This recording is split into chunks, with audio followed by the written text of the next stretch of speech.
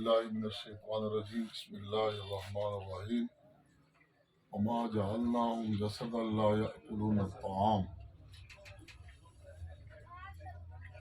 وقال رسول اللہ صلی اللہ علیہ وسلم کسب الحلال فریضۃ بعد کل فریضہ وقال علیہ الصلاۃ والسلام العلم علمان علم الادیان و علم الابدان او کما قال علیہ الصلاۃ والسلام ان اللہ وملائکتہ یصلون علی النبی یا ایھا الذین آمنوا صلوا علیہ وسلموا تسلیما اللہم صل علی سیدنا محمد النبی الأمی علیہ وعلی آلہ وصحبہ بارک وسلم وصلی علیہ۔ حضرات علماء کرام، علماء نظام اور اس علاقے کے اور اس بستی کے اور اس کے ارد گرد کے بزرگوں اور نوجوان دوستوں، جو آیت میں نے آپ کے سامنے تلاوت کی ہے اس میں اللہ تعالیٰ شان فرماتے ہیں کہ ہم نے کوئی جسم ایسا نہیں بنایا جو کھانا نہ کھاتا ہو۔ علماء نے لکھا ہے، علماء مجلس میں موجود ہیں، کہ طعام کے اندر ہر وہ چیز آ جاتی ہے جو انسان کے جسم کی ضرورت ہے۔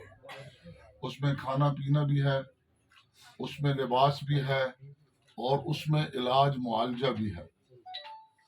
اب یہ ساری جسم کی جو ضرورتیں ہیں اس کو طعام کہا جاتا ہے۔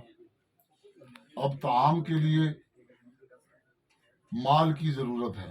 مال کے بغیر نہ آپ کھانا لے سکتے ہیں، نہ کپڑا لے سکتے ہیں، نہ جسم اور بیماری کے لیے دوا لے سکتے ہیں۔ اب مال کیسے آئے گا؟ اس کے لیے کسب کی ضرورت ہوتی ہے۔ اس لیے فرمایا کہ کسب الحلال فریضۃ بعد کل فریضہ، یہ حلال کمانا یہ فرض قرار دیا گیا ہے، کیونکہ یہ ساری ضرورتیں اللہ پاک نے ہمارے جسم کے ساتھ لگا دی ہیں، تو یہ حلال کمانا یہ فرض ہے، فرض نماز کے بعد۔ علماء نے لکھا ہے کہ فرض دو ہوتے ہیں، ایک فرض عین ہوتا ہے، ایک فرض کفایہ ہوتا ہے۔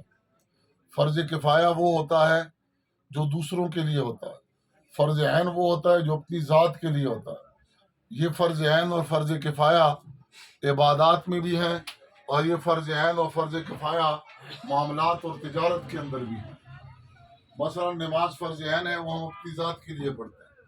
جنازہ فرض کفایہ ہے، یہ ہم دوسروں کے لیے پڑھتے ہیں۔ وہ فرض کفایہ وہ ہے جو چند لوگ بھی اگر کریں تو باقیوں کے ذمے سے ساقط ہو جاتا ہے۔ اسی طریقے سے ایک تجارت فرض عین ہے اور ایک تجارت فرض کفایہ ہے۔ فرض عین وہ تجارت ہے کہ آدمی اپنے آپ کو سوال کی ذلت سے بچانے کے لیے تجارت کرے، دوسروں کے سامنے ہاتھ پھیلانے سے کے لیے تجارت کرے، اپنے دین اور اپنی عزت کی حفاظت کے لیے تجارت کرے۔ یہ کیا ہے؟ فرض عین ہے۔ اور فرض کفایہ کیا ہے؟ کہ مسلمانوں کی خیرخواہی کی نیت سے تجارت کو شروع کر دے، اور ایسی تجارت کرے جو کہ عام مسلمانوں کو فائدہ دینے والی ہو، تو ایسی تجارت کا کرنا یہ فرض کفایہ ہے۔ تو اس حوالے سے تجارت کرنے والے ہندو بھی ہوتے ہیں، سکھ بھی ہوتے ہیں، مسلمان بھی ہوتے ہیں، اور ان سب میں اور مسلمان میں جو فرق ہوتا ہے وہ حضرت تھانوی نور اللہ مرقدو فرماتے ہیں وہ دو چیزوں کا ہوتا ہے، نیت اور عمل کا ہوتا ہے۔ ہندو بھی تجارت کرتا ہے، سکھ بھی کرتا ہے، مسلمان بھی کرتا ہے، لیکن ان کی تجارت اور مسلمان کی تجارت میں جو فرق ہے وہ نیت اور عمل کا ہے۔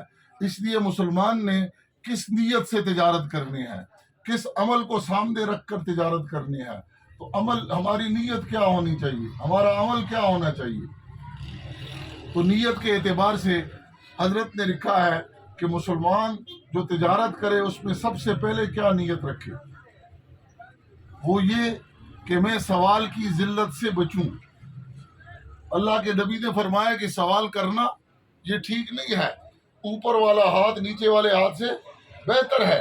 اور ایک آدمی سوال کر رہا تھا، حضور علیہ السلام نے اس کو دیکھا تو اسے کہا کہ بھئی تمہارے پاس کچھ ہے؟ اس نے کہا جی میرے پاس تو کچھ بھی نہیں ہے، ایک کمبل ہے اور ایک پیالہ ہے۔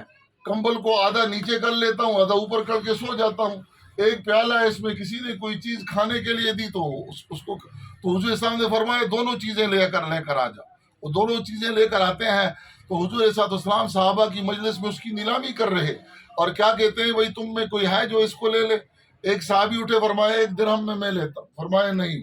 ایک اور اٹھے، فرمایا میں 2 درہم میں لیتا ہوں، حضور نے فرمایا یہ لے جا۔ اب یہ ہمارے لیے ایک تعلیم ہے۔ اب اس صحابی کو حضور صلی اللہ علیہ وسلم نے فرمایا یوں کرو، جاؤ بازار سے ایک کلہاڑی لے کر اور رسا لے کر آ جاؤ 1 درہم کا، اور دوسرے درہم سے اپنے بچوں کے لیے سامان لے کر گھر میں رکھ لو۔ اور جب وہ کلہاڑی اور رسا لے کر آتے ہیں، حضور اسلام اپنے دستے مبارک سے اس کے اندر دستہ ڈالتے ہیں اور پھر اسے کہتے ہیں کہ جاؤ جنگل سے لکڑیاں کاٹو اور آ کر بازار میں بیچو، اس کی تجارت کرو، اور 10 دن تک تم مجھے نظر نہ آؤ۔ 10 دن کے بعد جب وہ آئے تو ان کے پاس 10 درہم تھے، تو حضور صلی اللہ علیہ وسلم نے فرمایا کہ بھائی لوگوں سے سوال نہ کرو، کیونکہ جو لوگوں سے سوال کر کے کھاتا ہے قیامت والے دن اس کے چہرے پر گوشت نہیں ہوگا۔ اس لیے ہمیں نیت کیا کرنی ہے تجارت میں؟ ہمیں کسب مختلف قسم کے ہیں، تجارت بھی ایک کسب ہے، زراعت بھی ایک کسب ہے، ملازمت بھی ایک کسب ہے، اور ان سارے کسبوں میں سے سب سے بہترین کسب کیا ہے؟ وہ تجارت ہے۔ اللہ کے نبی نے فرمایا کہ 9 حصے رزق اللہ پاک نے تجارت کے اندر رکھا ہے اور اس کو پسندیدہ کہا گیا ہے، لیکن شرط یہ ہے کہ نیت بھی ٹھیک ہو اور عمل بھی ٹھیک ہو۔ نیت اور عمل اگر ٹھیک نہیں ہوگا تو یہی تجارت جہنم لے جائے گی۔ جیسے عبادات اللہ کے قریب کرنے کا ذریعہ ہے، یوں تجارت بھی اللہ کی رضا اور قرب کا ذریعہ ہے، لیکن شرط یہ ہے کہ نیت کو ٹھیک کرے اور شرط یہ ہے کہ اپنے عمل کو ٹھیک کرے۔ تو مسلمان اور کافر کی تجارت میں فرق نیت اور عمل کا ہوتا ہے۔ تو پہلے ہم نے نیت کیا کرنی ہے؟ یہاں اور بھی بہت سے دکاندار ہیں، دکانیں کھولی، اگر پہلے یہ نیت نہیں کی ہے تو آج یہ نیت کر لیں کہ بھئی ہم سوال کی ذلت سے بچ جائیں۔ اور دوسری چیز یہ ہے کہ مسلمانوں کی خیرخواہی کی نیت سے دکان کو کھولیں، کیونکہ الدین النصیحہ، مسلمان دکانداروں کو دیکھ کر بہت سے لوگ مسلمان ہو جاتے تھے۔ تجارت اسلام کے پھیلنے کا سب سے بڑا ذریعہ بنی ہے، اور مسلمانوں کی خیرخواہی کی نیت سے تجارت کی جائے۔ مدینہ طیبہ کے اندر ایران والوں نے اپنے 3 جاسوس بھیجے کہ جا کر مدینے کے لوگوں کو دیکھو کہ ہمارے پاس یہاں، ایران اس وقت بڑا متمدن اور بڑا مالدار تھا جیسے آج کل امریکہ ہے، کہ ہمارے پاس سب کچھ ہے لیکن لوگ اسلام کے اندر دھڑا دھڑ کیوں داخل ہو رہے ہیں؟ اب وہ 3 جاسوس آتے ہیں اور مدینے کے بازاروں میں پھرتے ہیں۔ ایک تنہا عورت کو دیکھا جاتا ہے جو سونے سے لدی ہوئی ہے، اور اس سے انٹرویو لیتے ہیں کہ آپ نے مدینے کے لوگوں کو کیسے پایا؟ تو وہ عورت کیا کہتی ہے، یہاں ہر بوڑھے کو میں نے اپنے باپ سے زیادہ شفیق پایا، اور ہر جوان کو اپنے بھائی سے زیادہ اپنی عزت کا محافظ پایا۔ وہ ایک دکاندار کے پاس جاتے ہیں اور دکاندار کو کہتے ہیں مجھے فلاں چیز دے دو۔ اب دکاندار کہتے ہیں میں نہیں دیتا، یہ میرے پڑوسی دکاندار ہے، اس سے لے لو۔ وہ کہنے لگے ہم فارن کی کرنسی دے رہے ہیں، چیز آپ کے پاس موجود ہے اور آپ نہیں دیتے، اور مجھے یہ کہتے ہیں کہ میرے پڑوسی دکاندار سے لے لو، اس میں کیا حکمت ہے؟ وہ کہنے لگے بھئی اصل بات یہ ہے کہ میں نے جب سے صبح سے دکان کھولی ہے ابھی تک میرے پاس بہت سے گاہک آ گئے ہیں، اور میں یہ چاہتا ہوں کہ میرے اس مسلمان بھائی کو بھی کوئی فائدہ مل جائے، کیونکہ ہم نے جو دین ہم نے سیکھا ہے یا جس دین کو لے کر ہم بازار کے اندر آئے ہیں وہ ہے ہی نصیحہ، الدین النصیحہ، نصیحت خیرخواہی کو کہا جاتا ہے۔ یہ دین ہمیں دوسروں کی خیرخواہی سکھاتا ہے۔ اس لیے میں یہ چاہتا ہوں کہ میرے اس مسلمان بھائی دکاندار کی بھی کوئی خیرخواہی ہو جائے اور اس کو بھی کچھ ملے۔ اب ان لوگوں نے کیا کہا کہ بھئی اس طرح کرو کہ آپ ہمیں پہلے کلمہ پڑھا دیں۔ اب اس دکاندار نے ان کو دین سنایا نہیں ہے، 6 گھنٹے تقریر نہیں کی ہے، بلکہ اس کو دین دکھایا ہے، اور دین خیرخواہی کا نام ہے۔ آج ہمارے پاس سنانے والا دین تو ہے لیکن دکھانے والا نہیں ہے۔ ہم بازاروں میں بیٹھ کر دین دکھائیں دنیا کو تو دنیا ہماری تجارت کو دیکھ کر اسلام کی طرف آئے گی۔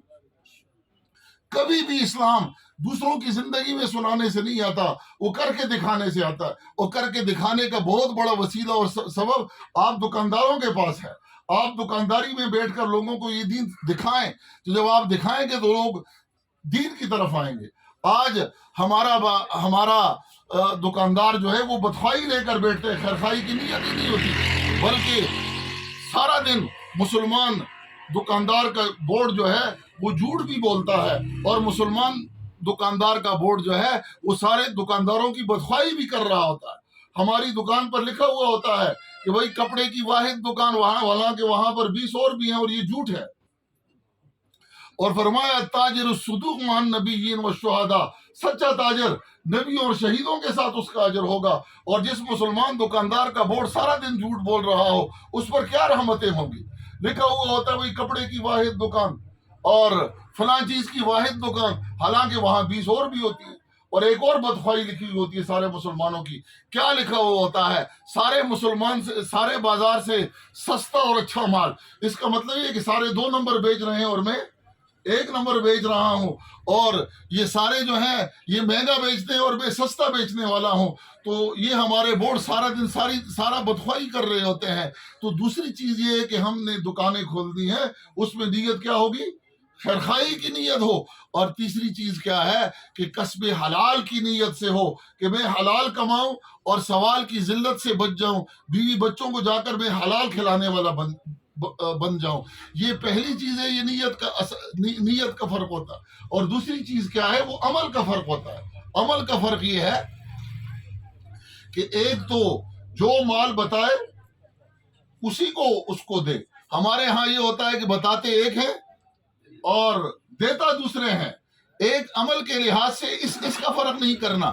اور دوسرا یہ ہے کہ ایسا نہ ہو کہ اچھی چیزیں دکھانے کے لیے ہوں اور بری چیزیں دینے کے لیے ہوں۔ ہمارے ریڈی والا کیا کرتا ہے؟ اچھے مالٹے ہمارے دکاندار اوپر لگاتے ہیں اور جو 2 نمبر ہیں وہ پیچھے لگاتے ہیں۔ ہمارا قصاب کیا کرتا ہے؟ وہ اچھے گوشت کو باہر لگا دیتا ہے، اور اندر جب دیتا ہے تو ہڈیاں توڑ کر دے دیتا ہے۔ وہ گھر میں بیوی کو دکھا بھی نہیں سکتا بھئی یہ کہاں سے لے کر آئے ہو، اس کو تانے سننے پڑتے ہیں۔ یہ ہاتھی کے دانت ہیں، دکھانے کے اور ہیں اور کھانے کے اور ہیں۔ تو یہ چیز نہ ہو، جو چیز دکھائے وہی چیز اس کو دے بھی۔ یہ اچھی چیزیں ہم دکھا دیتے ہیں اور بری چیزیں لوگوں کو دے دیتے ہیں۔ نبی علیہ السلام ایک دفعہ بازار میں آئے تو ایک آدمی نے کوئی چیز فروخت کر رہا تھا، کوئی دال تھی یا کوئی چنا وغیرہ تھا۔ اوپر اس نے گیلا ہے اور اوپر اس کے خشک ہے اور نیچے گیلا ہے۔ اللہ کے نبی نے ہاتھ ڈالا تو نیچے سے گیلا نکلا۔ فرمایا یہ تو خدا اور دھوکہ ہے، اور یہ دھوکہ دے کر ہم چیز کو فروخت کریں گے تو وہ حلال بھی حرام کے زمرے میں آ جاتی ہے۔ اس لیے ہمیں تجارت کو سیکھ کر بازار کے اندر آنا ہے۔ عمر فاروق رضی اللہ تعالیٰ عنہ کوڑا لے کر بازار میں پھرتے تھے اور دکانداروں سے پوچھا کرتے تھے کہ آپ نے تجارت کا علم سیکھا ہے؟ اگر تجارت کا علم سیکھا نہیں ہوتا تھا تو کوڑے سے اس کی خبر بھی لیتے تھے اور دکان کو بھی بند کر لیتے۔ یہ علماء بیٹھے ہیں، دیکھیں کتاب العبادات چھوٹی سی ہے، کتاب الصلاۃ چھوٹی سی ہے، اور کتاب البیوع تو بہت بڑی ہے۔ آپ نے چیز لینے کیسی اور چیز بیچنے کیسی ہے، اور تجارت فاسد کب ہوتی ہے؟ جیسے نماز فاسد ہوتی ہے ویسے تجارت بھی فاسد ہوتی ہے۔ ہمیں تجارت کی قسموں کا پتہ ہی نہیں ہے۔ میں جو تجارت کر رہا ہوں یہ شرعاً جائز ہے کہ ناجائز ہے؟ کتنے مسلمان دکاندار ہیں جن کو کتاب البیوع کا علم ہے؟ اس لیے اب ہمیں ہر چیز میں اماموں کی ضرورت ہے۔ جیسے ہمیں نماز میں امام کی ضرورت ہے، ہمیں تجارت میں بھی اماموں کی ضرورت ہے۔ اس لیے علماء اکرام کو یہ ضروری ہے کہ وہ آ کر آج بازاروں میں بیٹھ کر لوگوں کو چیزیں بیچنے اور چیزیں لینے کا ڈھنگ بھی عملی طور پر سکھائیں۔ ممبروں پر بیٹھ کر ہم آسانی سے سکھا دیتے ہیں، مارکیٹ میں آ کر حرام سے بچ کر اور حلال پر چل کر دکھائیں، تاکہ لوگوں کو پتہ چلے کہ یہ یوں بھی ہو سکتا ہے، اور لوگوں کی امامت اس معیشت کے اندر بھی ہم کریں۔